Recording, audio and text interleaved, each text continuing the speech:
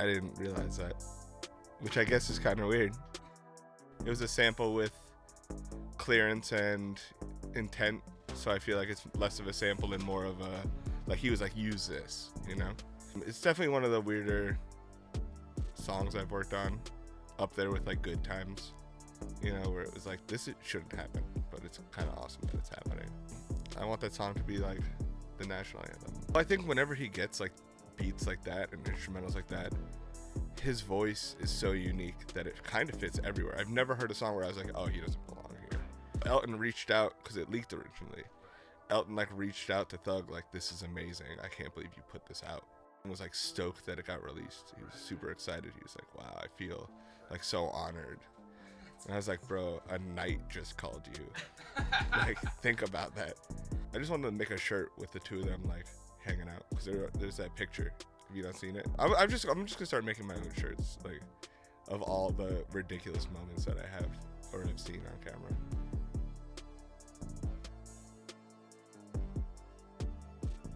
Well, it's weird because of the way the world is now. Like, every one of my heroes is contradicting everything that made them my heroes. So you have new heroes and you have people that you respect, and you're just like, okay, let me not build them up to be gods in my mind anymore, and let me just be like, this is a human being who does something I really like really well. So with that said, it's like Mike Dean obviously has worked on so many of the projects that I love, and like the fact that people compare us is insane. I'm like, nah, you can stop that. Like, I engineer, I mix, he engineers, he mixes, he produces, he writes, he's been a guitarist on tour with Selena. It's like this and this is not close. It's not like a comparative thing. I'm like, thank you, but nah, you can't do that. You know, my favorite album is Yeezus, and he's like a huge part of that, you know? It's Yeezus, or it's like some of the early EA stuff. The stereo that I bought for the car broke, and so College Dropout was like in it for like 2 years, and it's the only thing I could listen to, and I was like, yeah, that's fine.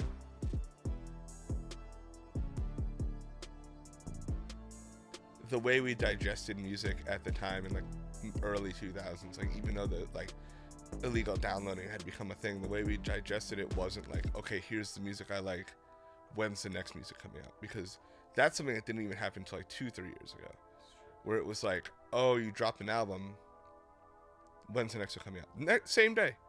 Like, On the Run comes out, and I got 20 messages like, where's iTunes? And I'm like, guys, 21 songs just came out in the last month and a half. That should be enough. And it's like, it's this weird cycle where people like anticipation. I kind of got frustrated, which happens a lot on the internet, and I like post something like, I think people like anticipation more than they like music now, because like, you're a part of something, we're all anticipating it, and then when it's out, it's a very like singular experience, like it's you and the music. Once it drops, it's the hype's gone, and it's like, oh, that was kind of the fun part, which is why I think new artists are blowing up very fast now. It's because there's not that anticipation part. It's like, wow, this song is good, and it's out of nowhere, so like the anticipation is now for the next thing, but we all got to enjoy this moment, like Check and Mo Bamba. It's like the slow climb of that song up the charts is a testament that like music can still kind of be a slow burn. I mean, I remember when the video came out, I was just talking to him about it literally on the way here. I was like, I remember when the video dropped, and it was like the all black and white video, and it was so hard, and I was like texting all my friends, I was like, you have to hear this song, you have to.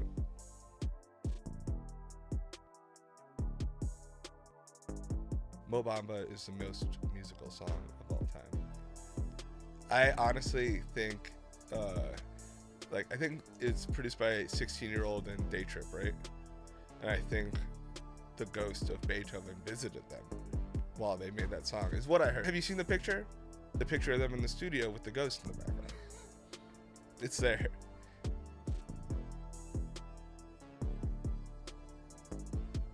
That's easy. Migos. The Migos directly build their sound off of everything the Beatles did, and I think that because of that, they're able to expound upon it. If the Beatles came second, they might say, oh, look what the Migos did, and then there'd be more triplet flows, but there's not. And I don't think it's a competition.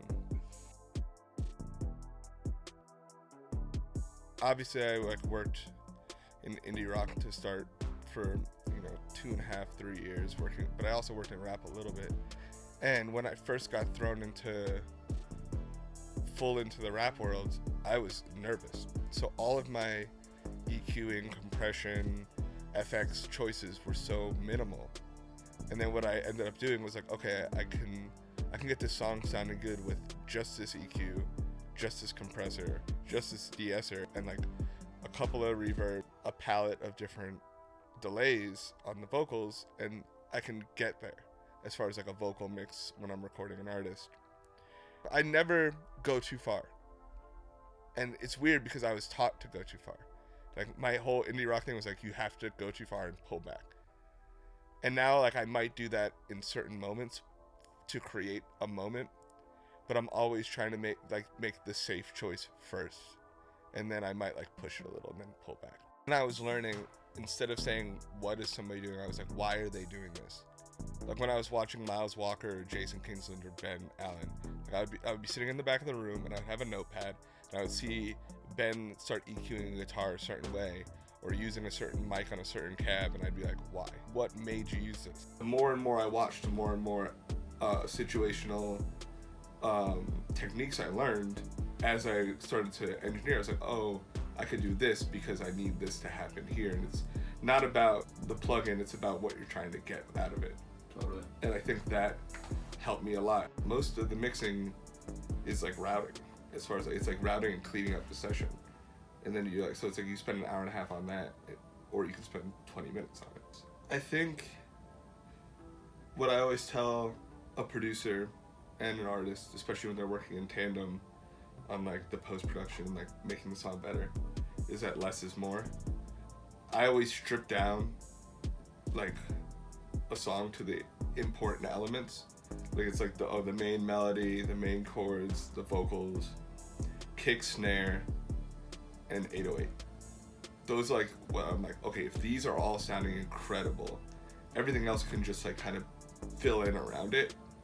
My mentor taught me, you can have 15 delays on a song and it doesn't muddy up the mix. It might just be too much delay, but most of the time you don't have them going at the same time. But if you have like more than 2 reverbs, it's just mud at that point. You're not hearing a plate, a hall, and like a chamber, and like a fucking non-linear whatever verb at the same time.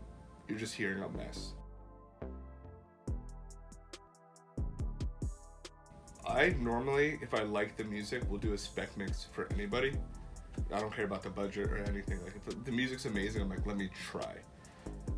Cause like I'm doing a song right now with this artist, and like the demos were rough, and then they sent the finals, and the finals kind of had a complete different vibe, and now it's like it's about capturing what the demos captured without ruining the sound, the high quality elements of the final recordings.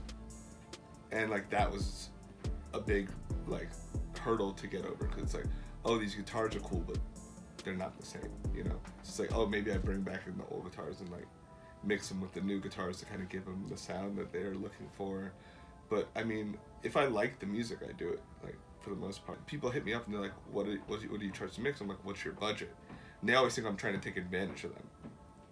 And I'm like, no, my mix price is high, especially when I'm busy. But if the music's good and you have a very small budget, I will work with that, you know?